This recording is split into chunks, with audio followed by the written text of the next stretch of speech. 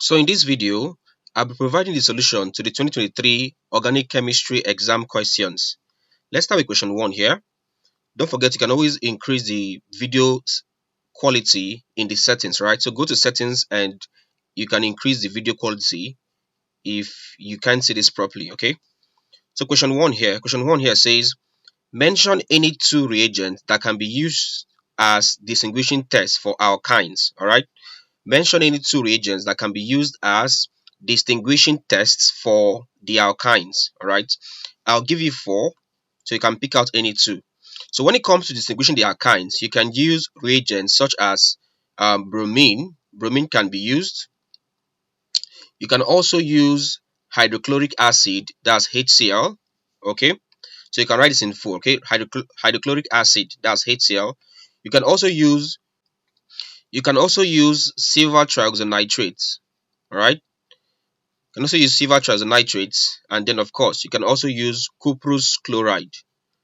All right, so I've given you 4 here. So out of these 4, you can pick any two. All right, either bromine or hydrochloric acid or silver trioxonitrate or cuprous chloride. Any of these can be used. Question 2 there says the presence of dash bonds make alkenes and alkynes, classes of hydrocarbons, reactive than the others. The answer here is the presence of pi bonds. All right, so here should be pi. That's this. All right, so pi, you can use a hyphen if you want to, or you can leave it this way. So the presence of pi bond or bonds make alkenes and alkyne classes of hydrocarbons more reactive than the others. So number 2 is pi bonds. Number 3 here it says arenes do not undergo addition reactions easily. Why? That's the answer. Now the answer to number 3 is this: they don't readily undergo addition reaction. Number 3, the answer is because it would result in the loss of their ring aromaticity. All right, that's the answer. Because it would result in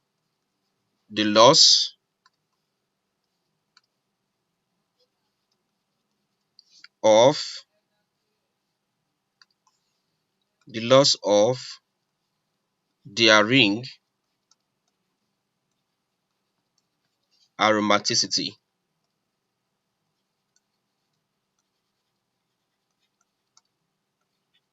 So that means if they readily undergo addition reaction, they may no longer become aromatics. So that's the answer. All right. So it's because it would result in the loss of their ring aromaticity. All right. So you can note this. Let's look at the next question there. Question number 4. Question 4 says, mention any two types of reactions that alkanes undergo. Right? Alkanes readily undergo. The answer there would be substitution. Right? Substitution reactions. So the first one is substitution, and the second one there is elimination. So alkanes readily undergo substitution and elimination kind of reaction. That's the answer. That's for number 4. All right, let's go to number 5 now. The next question, number 5. What is the proper technique used to detect odor or smell chemicals in the lab? Now, when it comes to smelling chemicals in the lab, you're advised not to put your nose directly to smell the chemicals or perceive the odor. What you do is something called wafting. Right, the technique we use in the lab is called wafting. Now, what does wafting entails? Now, wafting simply means you draw your hand close. Okay, so wafting simply means drawing one's hand across the opening of a container in order to push the odor towards the nose. All right, so you don't put your nose there. No, you just use your hand to blow, in quotes. Right, you blow the odor towards your nose. It's called wafting. All right, the next question there. Question number 6. Number 6 says some chemistry experiments are performed in the fume cupboard. Right? Why? Or because of what? So why do we perform some experiments in the fume cupboard? Now your answer is that the answer is because the fume cupboard, right? Because it serves as physical barriers between reactions and the laboratory, offering a measure of protection against inhalation exposure, chemical spills, runaway reactions, and fires. All right, so this is why we use the fume cupboard. All right, the next question there, question 7.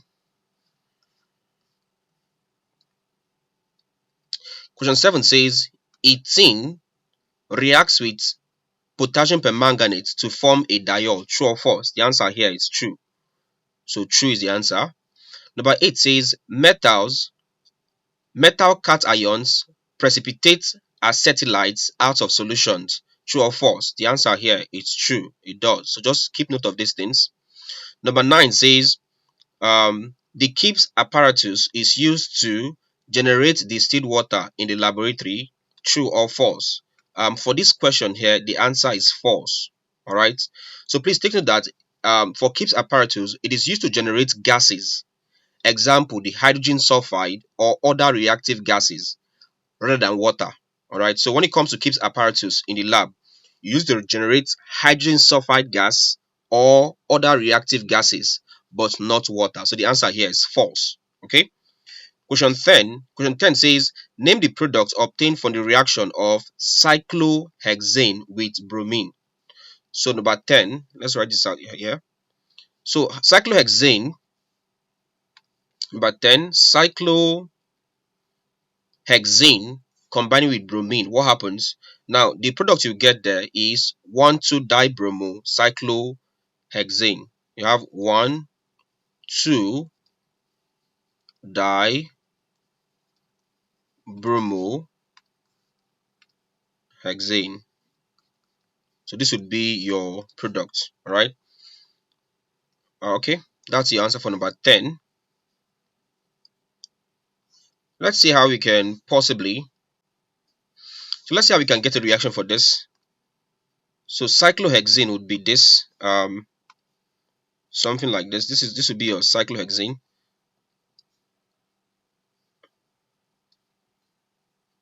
Okay.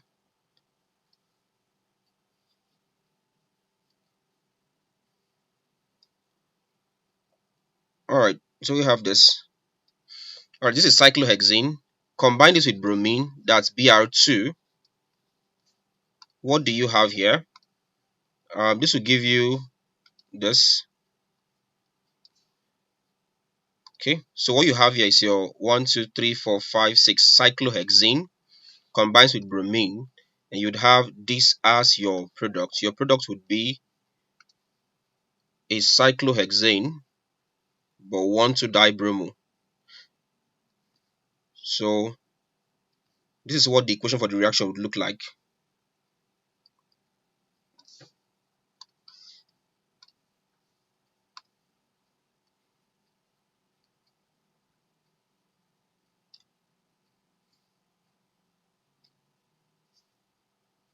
So what will happen is this: when the bromine here, right, combines with cyclohexane here, the bromine atoms here will break away this double bond such that one bromine atom will take over this position here, and the second bromine atom will take over this position here. So we have this.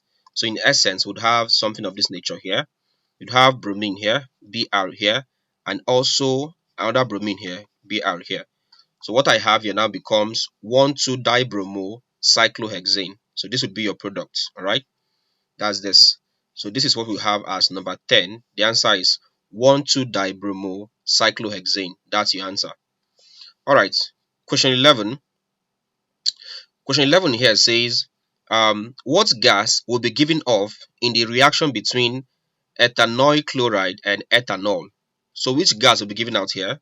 The gas that will be given out here is the hydrogen chlorine gas. All right, hydrogen chlorine gas. That's for 11. So 11. So for 11 there, the answer there is hydrogen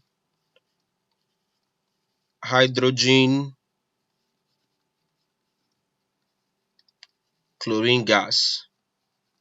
Of course, this man here is CHCl. This one off here. This man here is CHCl. So it's HCl that will be given out. Alright, in gaseous form, of course. Alright, question 12.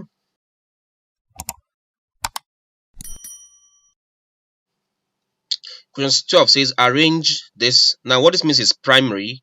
That's 1 to power 0. It's called 1 knot, 2 knot, and 3 knots. So this is simply read arrange primary, secondary, and tertiary alkanols in the increasing order of their reactivity. Alright, now that's question 12. Question 12, in increasing order of reactivity, you have that you have primary alcohols or alkanols greater than secondary alkanols greater than tertiary alkanols. Alright, so this is what the arrangement would look like in order of their reactivity. Alright, this is for number 13.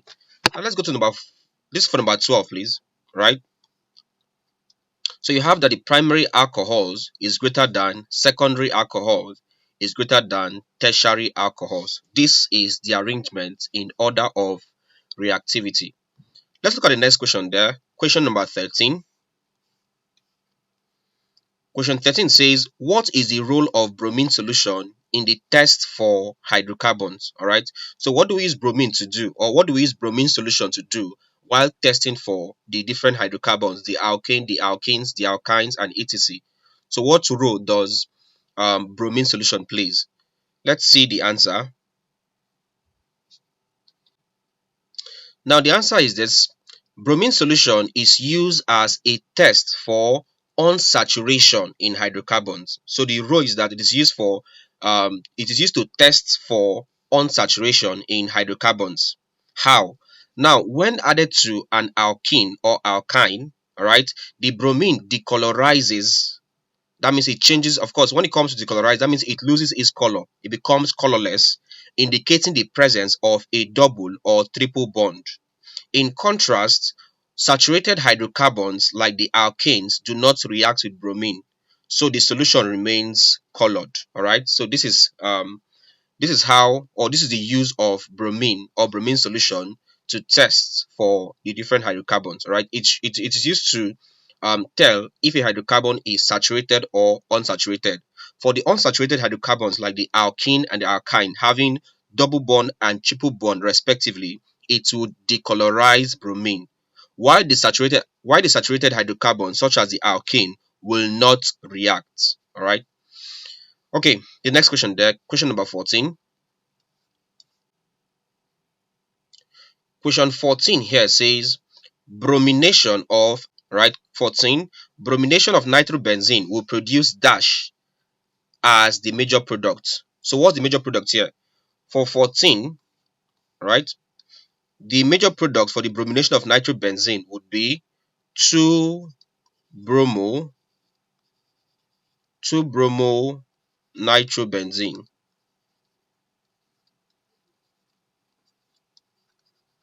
All right, so this is what you have as the major product. Let's look at question 15. Let's look at 15. So let's see question 15.